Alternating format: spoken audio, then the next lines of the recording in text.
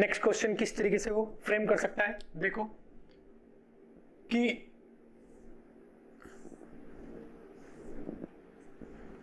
इस बार मैंने ये एक्सिस कंप्लीटली कॉर्नर पे शिफ्ट किया, वो अब कंप्लीटली कॉर्नर पे शिफ्ट नहीं करता है। वो कहता है कि इस कॉर्नर से डिस्टेंस, टोटल डिस्टेंस इसकी 2r थी और वो एक डिस्टेंस एक कॉर्नर से x दे देता है आपको, तो दूसरे कॉर्नर से आप लिख सकते हैं 2r माइनस एक्स।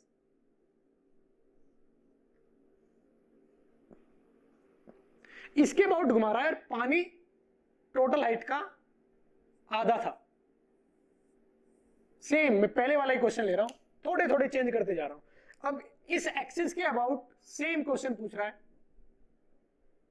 कितने मैक्सिमम ओमेगा से घुमाया जा सकता है कि पानी बाहर ना निकले, ये पूछ रहा है आपसे। कोई दिक्कत नहीं, इसमें भी क्या करेंगे हम ये कहेंगे कि ये पॉइंट यहां है, ये पॉइंट और ये पॉइंट दोनों ऊपर राइज करेंगे। क्लियर, ये पॉइंट नीचे राइज करेगा। ओमेगा मैक्सिमम कितना कि पानी बीकर से बाहर ना आए, ये x 2r माइनस एक्स, ये आपको दिया जाएगा x कितना है। जैसे ये हो सकता है r/4, चलो मैं दे देता हूं आपको, बता देता हूं कि ये r/4 है। टोटल यहां तक होगा r, ये r, तो ये r/2 है, r/2, ये डिस्टेंस r/2, तो इधर बचेगी 2r माइनस r/2, यानी इधर बचेगी r/2 r/2 r/2, 3r/2, ये डिस्टेंस इधर बचेगी। टोटल डिस्टेंस कितनी है 2r। पानी इसमें इनिशियली हाफ हाइट तक है, h/2 हाइट तक पानी है। टोटल हाइट h गिवन है।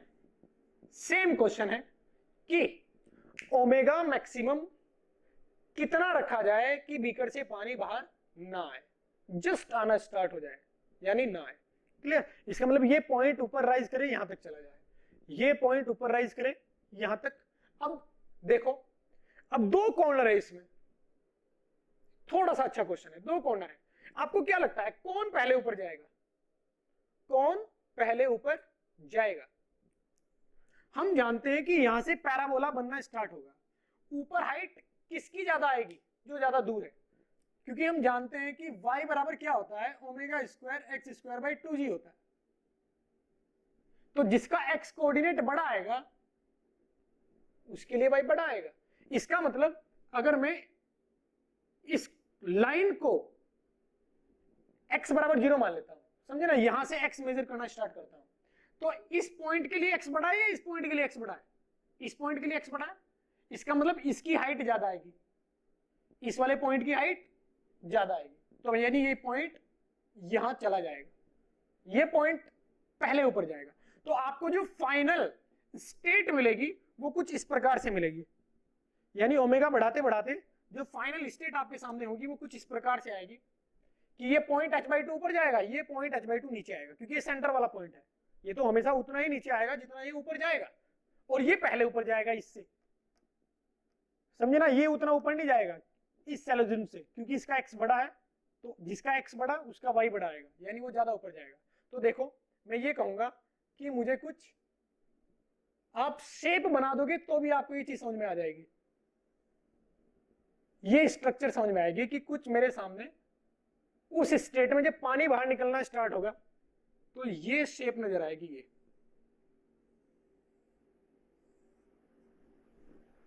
अब आपको पानी यहां तो नजर नहीं आएगा, तो मैं हटा देता हूं यहां से,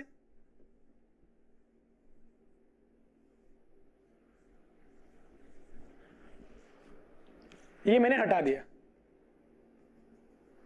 अब पानी कहां आएगा, यहां, यहां तो पहले से ही था। ये शेप आपको बनेगी। अब इसके करस्पॉन्डिंग आपको आंसर देना है, बड़े आसानी से आसान। मतलब दिक्कत क्या है, दिक्कत ये है कि जो फाइनल स्टेट है बस आप उसको इमेजिन कर ले एक बार कि वो फाइनल स्टेट में मुझे क्या इमेजिन होगा। अब कुछ लोग ऐसा कर सकते थे कि ये दोनों ही ऊपर बना देते, वो सही नहीं था, ये दोनों उतना ऊपर नहीं जाएंगे। मैंने आपको बोला भी है कि ये जो सेंटर वाला एक्सिस है, सेंटर वाले एक्सिस के अबाउट मेनिस्कस सिमेट्रिक रहता है। पैराबोला सेंटर वाली लाइन के अबाउट सिमेट्रिक रहता है, तो इस सेंटर वाली लाइन के अबाउट सिमेट्रिक बनेगा, ये स्ट्रक्चर सिमेट्रिक ही बनेगी, क्योंकि इधर पानी नहीं है तो वो स्ट्रक्चर आपको दिखाई नहीं देगी। अन्यथा आपको ऐसा अपने दिमाग में फील करके चलना है कि इधर भी स्ट्रक्चर बन रही है, लेकिन इधर पानी नहीं है तो मुझे वो दिख नहीं रही है, वो इनविजिबल है।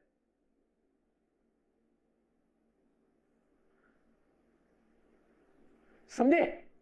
ये आपको मान के चलना है कि ये लेंथ कितनी है 3r/2, तो इधर भी 3r/2 है, लेकिन मुझे कहां तक दिखाई देगी? जहां तक पानी है। जहां पानी नहीं है वो मुझे नहीं दिखाई देगी, वो इनविजिबल है मेरे लिए। समझे ना? वो इनविजिबल है, तो यहां सिर्फ हाइट इतनी आएगी और यहां कंप्लीट ऊपर तक जाएगी। तो इसका आंसर कैसे दोगे आप? इसका आंसर इस प्रकार से दिया जाएगा कि इसका कोऑर्डिनेट क्या है 3r/2, h क्या पुट करोगे इसमें? y बराबर h ओमेगा स्क्वायर 9r²/4g। ये इक्वेशन शायद पिछले वाले में मैंने गलत लगाई, तो उसको सही कर लेना। 4g लिखा था मैंने, आएगा 8g आएगा, क्योंकि 2g भी तो होता है ना, तो वो आप एक बार सही कर लेना। तो यहाँ आएगा 9r² 4 आएगा और ये 8 हो जाएगा, सेम यहाँ भी 8 आएगा। और इस प्रकार से हम लिख सकते हैं ओमेगा स्क्वायर 8gh/9r²। नहीं, सही था, पिछले वाली कैलकुलेशन सही की है, वो वाला 2 तो इधर आ जाएगा, सही किया है हमने। ठीक है, यहाँ भी सही किया। ये आंसर आएगा हमारा इधर कि इतना ओमेगा मैक्सिमम रख सकता हूं मैं कि इस स्टेट में पानी बाहर ना आए। समझे? इस प्रकार के छोटे छोटे चेंज किए जाते हैं। नेक्स्ट, इस आर्टिकल पे इस प्रकार से क्वेश्चन पूछा जा सकता है कि एक यू शेप की ट्यूब है मेरे पास, जिसका बेस रेडियस r और जिसकी हाइट h है। इसमें जो ये ओपन एंड से एयर है, ये हाइट आपको h/4 दी गई है। समझे? h/4 ये दिया गया, मतलब ये खाली वॉल्यूम की हाइट, खाली सेगमेंट की हाइट h/4 है, टोटल हाइट h है, ये मुझे दिया गया है। तो वो आपसे सेम लैंग्वेज में यहां भी क्वेश्चन करेगा, बताइए कि ओमेगा मैक्स कितना रखा जाए कि पानी इन ट्यूब से बाहर आना स्टार्ट कर दे। समझे? मतलब what should be the maximum value of omega so that water will not come from the tube और water will just start to come out from the tube. इस टाइप की लैंग्वेज रहती है। तो ऐसा नहीं होता है कि मैंने ये जो डायमीटर है आपको काफी बड़ा दिखा दिया, इसमें ये डायमीटर छोटा होता है, काफी छोटा दिखा सकता है वो, और इतना बड़ा भी दिखा सकता है। अगर डायमीटर ज्यादा है तो वो रेडियस आपको इस कॉर्नर से देगा, अदरवाइज वो यूट्यूब की रेडियस दे देता है। उसमें वो बोल देता है कि ये ट्यूब का डायमीटर बहुत ज्यादा छोटा है, फिर वो सेंटर से रेडियस दे देता है। और यदि डायमीटर बड़ा होगा यूट्यूब का तो आपको वो आउटर कॉर्नर से रेडियस देगा। समझिए? जैसे मैंने यहां दिया हुआ है। तो आपको क्या करना है, इसमें भी आपको ये मान के चलना है कि जैसे इस सेगमेंट में पानी नहीं है, अपने दिमाग में ये कंसीडर करना है कि यहां पानी है, लेकिन मतलब यहां भी मेनिस्कस वाली स्ट्रक्चर आएगी, लेकिन यहां पानी नहीं है तो वो आपको दिखाई नहीं देगी, इनविजिबल होगी। मतलब आपको कुछ इस तरीके से सोच के चलना है कि अगर ये दीवार ना होती, ये वाली दीवार ना होती, तो ये बीकर होता। और फिर इस क्वेश्चन को मैं वैसे ही सोल्व करूंगा जैसे मैंने बीकर को सोल्व किया। आई बात समझ में? मैं ये कहूंगा कि अगर इमेजिन किया जाए तो ये पॉइंट वाटर का टॉप सर्वे का सेंटर पॉइंट है, तो अगर मैं इसको घुमाता हूं तो ये पॉइंट नीचे आएगा, और वो नीचे आना मुझे दिखेगा नहीं, वो इनविजिबल होगा मेरे लिए, क्योंकि यहां पानी नहीं है तो मुझे नहीं दिखेगा। लेकिन अगर आप इसकी स्ट्रक्चर देखोगे तो ये पॉइंट ऊपर राइज करना स्टार्ट करेंगे, दोनों ये पॉइंट और ये पॉइंट जो कि इनविजिबल है नीचे आना स्टार्ट करेगा। आपको स्ट्रक्चर कुछ ऐसी दिखाई देगी। ओमेगा बढ़ाओगे तो ये स्ट्रक्चर और ज्यादा स्टीप होती जाएगी। कैसे? ऐसे, इस प्रकार से। फाइनल स्टेट ये आएगी कि पानी यहां आएगा, आपको ये वाली स्टेट नजर आएगी। अगर आप इसको और ज्यादा बढ़ाओगे तो कुछ ऐसा नजर आएगा। समझे? इसको थोड़ा मैं अच्छे से बना देता हूं। फाइनल स्टेज आपको ये पॉइंट राइज करते यहां जाएगा और ये इनविजिबल पॉइंट नीचे की ओर मूव करेगा, ये पॉइंट ऊपर की ओर राइज करेगा, तो फाइनल स्टेट आपको ये दिखाई देगी।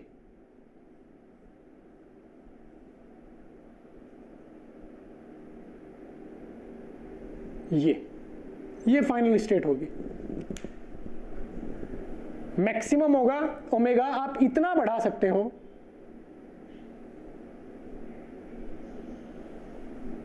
कि आपको ये फिगर दिखना स्टार्ट हो जाए, ये वाला।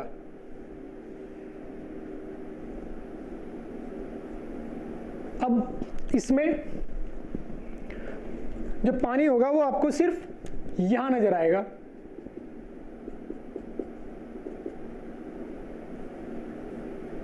ये पॉइंट इनविजिबल है तो यहां स्ट्रक्चर नहीं नजर आएगी, लेकिन आपको इमेजिन करना है कि वो है लेकिन दिख नहीं रहा है। इस तरीके से आप क्वेश्चन को सॉल्व करोगे। अब आप क्या बोलोगे कि ये कॉर्नर, ये वाला कॉर्नर कितना राइज किया, h/4 राइज किया, तो बेटा ये सेंटर भी कितना नीचे आएगा, h/4। कितना आएगा ये, h/4। इस टाइप का आपको फिगर दिखाई देगा। सॉल्व कैसे करेंगे कि ये 0,0 है मेरा,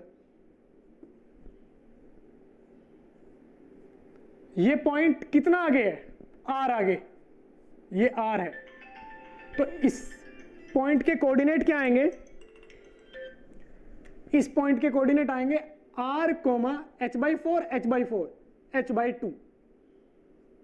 इस पॉइंट के कोऑर्डिनेट इसको ओरिजिन मानते हुए ये इमेजिन करना जरूरी है कि ये पॉइंट यहां है और वो नीचे आएगा, वो दिखेगा नहीं आपको। जैसे मैंने बताया कि जहां पानी नहीं होगा वो आपको दिखाई नहीं देगा, लेकिन वो स्पेस ऐसे बिहेव कर रहा होगा कि उसमें भी मेनिस्कस फॉर्म हो रहा है। ये आप कंसीडर करके चलेंगे। अब इसके बाद यहां से मैंने इस पॉइंट के कोऑर्डिनेट लिखे और मैं कह सकता हूं कि ये जो लाइन है इसकी इक्वेशन है y बराबर ω² x² 2g। तो y की वैल्यू क्या पुट करूंगा मैं, h/2, x की वैल्यू क्या पुट करूंगा मैं, r² 2g। तो यहां से मुझे ओमेगा मिल जाएगा जो क्या आएगा, 2gh/2r² का रूट, ये ओमेगा मेरे पास आएगा। इस प्रकार से क्वेश्चन सोल्व किया जा सकता है। ये कुल मिला के आपको वो जो भी चेंज कर रहा है, आप ये फील कर रहे हैं कि मेनिस्कस हमेशा सिमेट्रिक फॉर्म होगा। हमें इस बात का ध्यान रखना है कि जो सरफेस के एक्सट्रीम कॉर्नर है वो जितना ऊपर जा रहे हैं, सेंटर पॉइंट उतना ही नीचे जा रहा है। अब कुछ क्वेश्चंस में मेनिस्कस का एक पोर्शन इनविजिबल है due to the type of question, property of arrangement, type of question, मतलब मैं चेंज जो कर रहा हूं उसकी वजह से जो चेंज आ रहा है, तो कभी कभी ऐसा हो जा रहा है कि मेनिस्कस का कुछ पोर्शन इनविजिबल है लेकिन बिहेवियर सेम है। हर एक क्वेश्चन मैंने एक ही तरीके से सोल्व किया है, तो इस टाइप के मेनिस्कस पे क्वेश्चन पूछे जाते हैं। Now I am going to take another example. ये एक अच्छा एग्जांपल है, इसी टाइप का एक बच्चे ने मुझसे डाउट पूछा, इसलिए मेरे दिमाग में आया कि ये एग्जांपल मुझे आपसे पूछना चाहिए। एग्जाम्पल देखो, ये बोलता है कि यदि मैं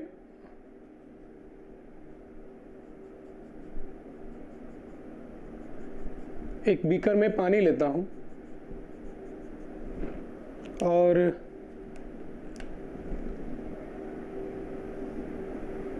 इसमें एक आइस को फ्लोट होने देता हूं, ये आइस है, इसको फ्लोट होने देता हूं,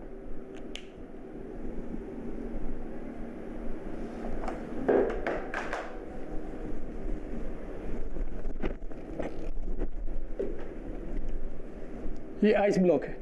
ठीक है बच्चों, क्वेश्चन ये बोलता है कि यदि ये आइस ब्लॉक कंप्लीटली मेल्ट कर जाता है तो ये लेवल बीकर में ऊपर जाएगा या नीचे जाएगा। In which way the level of water will change if ice cube completely melts, this is the question. कैसे इसको अप्रोच करना है, देखो मैं ये देख लेता हूं कि ये जो वॉल्यूम है, ये वाला वॉल्यूम, ये वॉल्यूम नाम दे देता हूं वी सबमर्ज्ड, जो पानी के अंदर है। ये वो वॉल्यूम है इस आइस क्यूब का, and total volume of this ice cube is V total, ये मान लेता हूं। क्लियर? तो अब ये मैं जानता हूं, वी नो, जो ये सबमर्ज्ड पार्ट होता है ये टोटल का 9/10 होता है। ये मैंने आपको मेरे लेक्चर में प्रूव कराया था, जहां मैंने आपको टाइटैनिक वाली कहानी इसके साथ अटैच करके बताई थी। समझे ना? टाइटैनिक में क्या होता था कि वहां सामने जो आइस था उसका एक बहुत बड़ा पोर्शन पानी के अंदर था और एक छोटा सा पोर्शन पानी के बाहर दिखाई देता था। क्लियर? तो ये चीज पायलट को नहीं पता थी, उसको लगा कि ये छोटा सा बर्फ का टुकड़ा है, लेकिन उसके नीचे उसका एक बहुत बड़ा पोर्शन था, जिस वजह से वो दुर्घटना हुई। तो मैंने वो कहानी आपको बताई थी, याद करें कि वहां मैंने बताया था कि जो आइस में सबमर्ज्ड वॉल्यूम होता है वो टोटल वॉल्यूम का 9/10 होता है। अब मैं ये चेक कर लेता हूं कि जब ये सबमर्ज्ड वॉल्यूम जो है, ये वाला आइस जब मेल्ट करेगा, नॉट, जब कंप्लीटली आइस मेल्ट करेगा, the volume of ice in form of water, यानी मेल्ट होने के बाद the volume of ice in form of water लिख देते हैं, या आफ्टर मेल्टिंग, मेल्ट होने के बाद इसका वॉल्यूम कितना आएगा आफ्टर मेल्टिंग। कैसे निकालेंगे? पहले इसका मास निकाल देते हैं। इसका मास आएगा rho of ice into total volume upon rho of किसका रो? वाटर। ये किया जा सकता है, समझे? अब जरा इसको वैल्यू पुट कर देता हूं। रो आइस होता है 0.9 सीसी पर ग्राम, ग्राम पर सीसी, 0.9 ग्राम पर सीसी, और ये होता है 1 ग्राम पर सीसी। तो ये आएगा 0.9 वीटी, यानी 9 वीटी बाय 10 आएगा। इसका मतलब ये है कि ये जो वॉल्यूम मैं आपको दिखा रहा हूं, जो पानी के अंदर है, सबमर्ज्ड पार्ट, ये जो सबमर्ज्ड पार्ट है, ये इस सबमर्ज्ड पार्ट का वॉल्यूम कितना है? 910/VT, और ये पूरा आइस जब पिघल जाएगा तो उसका वॉल्यूम कितना होगा? Same 9VT/10। इसका मतलब पिघलने के बाद, पूरा मेल्ट करने के बाद, ये आइस इतने वॉल्यूम में आ जाएगा, इतने वॉल्यूम में जो अंदर है, पूरा मेल्ट करने के बाद इतने वॉल्यूम में आ जाएगा, क्योंकि मेल्टिंग के बाद वॉल्यूम कितना आएगा? 9VT/10, और ये सबमर्ज्ड पार्ट जो है ये कितना वॉल्यूम रखता है? 9VT/10। तो इसका मतलब ये है कि जो पानी का लेवल है, ये लेवल, ये ना तो ऊपर जाएगा ना नीचे जाएगा, क्योंकि आइस मेल्टिंग होने के बाद अपना वॉल्यूम कम करेगा, मेल्ट करने के बाद अपना वॉल्यूम कम करेगा, समझे? और कितना कितना करेगा? 9VT/10, जो कि ये है सबमर्ज्ड पार्ट का वॉल्यूम। समझ में आई कहानी? इस प्रकार से आप इस क्वेश्चन को अप्रोच कर सकते हो। नाउ द नेक्स्ट क्वेश्चन देखो, इस क्वेश्चन को कितने अच्छे से ट्विस्ट किया जा सकता है, जो मैंने अभी पीछे बताया।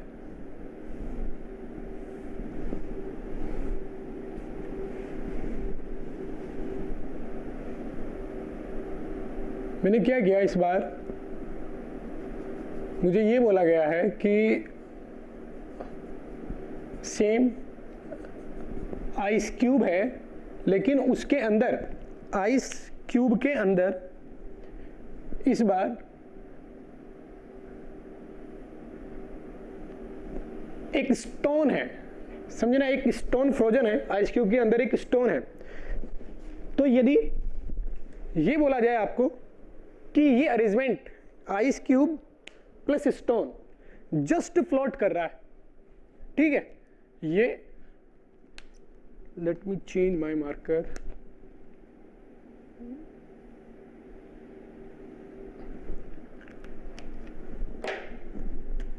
ये आइस क्यूब है, जस्ट फ्लोट करने वाली स्टेट मैंने यहां दर्शाई हुई है। अब इसके अंदर उन्होंने बोला कि एक स्टोन फिट है, फ्रीज हो चुका है एक स्टोन, ये स्टोन है मान लेते हैं, ये एक स्टोन है, ठीक है। यहां कौन है, ये आइस है, और ये जस्ट फ्लोट कर रहा है, जस्ट फ्लोट। तो यदि ये आइस कंप्लीटली मेल्ट होता है तो जो ये लेवल है ये ऊपर जाएगा या नीचे जाएगा, इस पे कमेंट करना है, समझे। सेम टाइप का क्वेश्चन है, थोड़ा सा अच्छा क्वेश्चन है। तो इसको मैं कैसे समझूंगा, देखो ये जस्ट फ्लोट करने का मतलब क्या है कि सिस्टम इक्विलिब्रियम में है, पानी के अंदर है, सिस्टम इक्विलिब्रियम में है। आई बात समझ में, ऐसे कर सकता हूं मैं। अब इसको आप इस तरीके से इमेजिन करें, बड़े अच्छे से समझ में आएगा। कैसे इमेजिन करें कि ये जस्ट ये वाली स्टेट इस स्टेट के इक्विवेलेंट है, कि ये स्टोन और ये आइस क्यूब,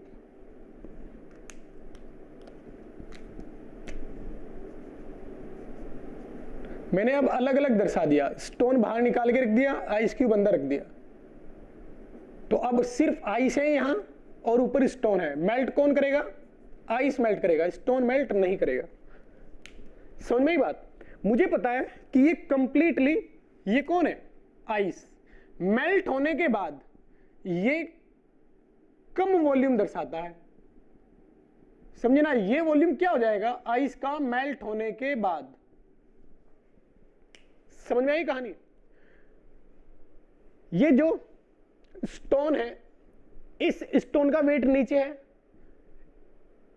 ये जो स्टार्टिंग में मेल्टिंग होने से पहले मैं इसकी एफबीडी को समझता हूं। स्टोन भारी होता है, तो यदि मैं सिर्फ स्टोन रखूंगा तो वो नीचे की ओर सिंक कर जाएगा, इसलिए नीचे क्या कर दिया उसने, आइस रख दिया। अब आइस की डेंसिटी कम होती है, आइस फ्लोट करता है, और इस तरीके से फ्लोट करता है कि उसका कुछ पोर्शन बाहर निकला होता है पानी से। समझ में आई बात। अगर ऐसा होता कि आइस की डेंसिटी इक्वल होती वाटर की डेंसिटी के, तो आपको विदाउट स्टोन के भी ये फिगर दिखाई देता, ये वाला फिगर। मतलब आइस जस्ट फ्लोट कर रहा होता, पानी उसके जस्ट ऊपर वाले कॉर्नर पर होता, यदि सेम डेंसिटी होती। ये चीज मैंने बताई थी आपको। फ्लोटिंग 3 टाइप की होती है, एक बॉडी जस्ट फ्लोट, एक बॉडी का कुछ पार्ट बाहर निकलेगा, और एक बॉडी सिंक कर जाएगी। समझे ना। कुछ इस टाइप की बातें मैंने आपको बताई थी पहले या दूसरे लेक्चर में, तो मैं वही चीज यहां रिपीट कर रहा हूं। मैं इसके एफबीडी को सोच रहा हूं कि ये किस तरीके से पॉसिबल है ये अरेंजमेंट। देखो, जो ये आइस होता है, आइस का कुछ पोर्शन बाहर निकला होता है, यदि सिर्फ आइस हो। कितना पोर्शन, 1/10 पोर्शन बाहर निकला होता है वॉल्यूम का। तो अगर मैं उस वॉल्यूम को भी पानी के अंदर दबा देता हूं, प्रेस कर देता हूं, तो अब मुझे ऊपर की ओर एक नेट फोर्स फील होगा, समझना। वो फोर्स इसके वेट को बैलेंस कर रहा है। यानी ये जो वॉल्यूम है, ये वॉल्यूम जो बाहर होना चाहिए था, समझे ना, 1/10 इस टोटल वॉल्यूम का 1/10 वॉल्यूम, अगर मैं ये हटा देता हूं स्टोन ऊपर से, तो बाहर निकल जाएगा। समझ में ये बात। लेकिन ये अंदर है, इसका मतलब ये है कि इसके वेट को इसके बोयंसी और इस वॉल्यूम के बोयंसी ने रोका हुआ है। ये तो हुआ इसकी एफबीडी की बात। क्लियर। ये तो मैंने एफबीडी आपको समझाया। दूसरी बात, अब यदि मेल्ट होता है तो इसका बोयंसी इसके वेट को नहीं रोक पाएगा, क्योंकि अब ये वाला वॉल्यूम तो पानी में मिल चुका होगा, समझे ना। अब आइस नहीं रहेगा, मेल्ट होने के बाद आइस क्या हो जाएगा, पानी। क्लियर। तो अब ये स्टोन नीचे सिंक कर जाएगा। ये मैंने फोर्सेस की बात की, मेल्ट होने से पहले, मेल्ट होने के बाद। अब मैं वॉल्यूम की बात करता हूं। मेल्ट होने के बाद ये जो आइस का वॉल्यूम, इतना वॉल्यूम है, ये बड़ा वॉल्यूम है आइस का, मेल्ट होने के बाद ये सिर्फ इतना वॉल्यूम बचेगा। ये तो मैंने जाना है कि आइस मेल्ट होने के बाद अपने वॉल्यूम को कम करता है, पीछे मैंने बताया था अभी पिछले वाले क्वेश्चन में। तो यहां भी अपने वॉल्यूम को वो कम करेगा, तो ये एक स्पेस बचेगा, ये खाली स्पेस बचेगा। अब इस स्पेस में ये पानी आएगा इधर से इधर से। ये तो मेल्ट नहीं हुआ, इसमें तो कोई चेंज नहीं हुआ, इसका वॉल्यूम पहले भी पानी के अंदर था और अभी भी पानी के अंदर रहेगा कंप्लीटली। ये मैंने अभी प्रूव किया कि जब ये आइस पूरा का पूरा मेल्ट हो जाएगा तो ये स्टोन नीचे सिंक करेगा, क्योंकि इसको नेसेसरी buoyancy फोर्स इसके वेट को बैलेंस करने के लिए नहीं मिल पाएगा। समझ में आई बात? क्लियर? तो अब जब ये मेल्ट हो जाएगा तो ये तो पहले भी अंदर था पानी के, बाद में भी अंदर है, तो इसके वॉल्यूम में तो कोई चेंज नहीं हुआ, पहली बात। लेकिन जब इसकी बात मैं करता हूं आइस की, तो आइस मेल्ट करने के बाद कुछ स्पेस यहां छोड़ देगा और उस स्पेस में ये पानी आ जाएगा, इसका मतलब लेवल नीचे जाएगा। तो इस केस में if ice melts, in this case then level of water decreases। इस तरीके से आप इस क्वेश्चन को अप्रोच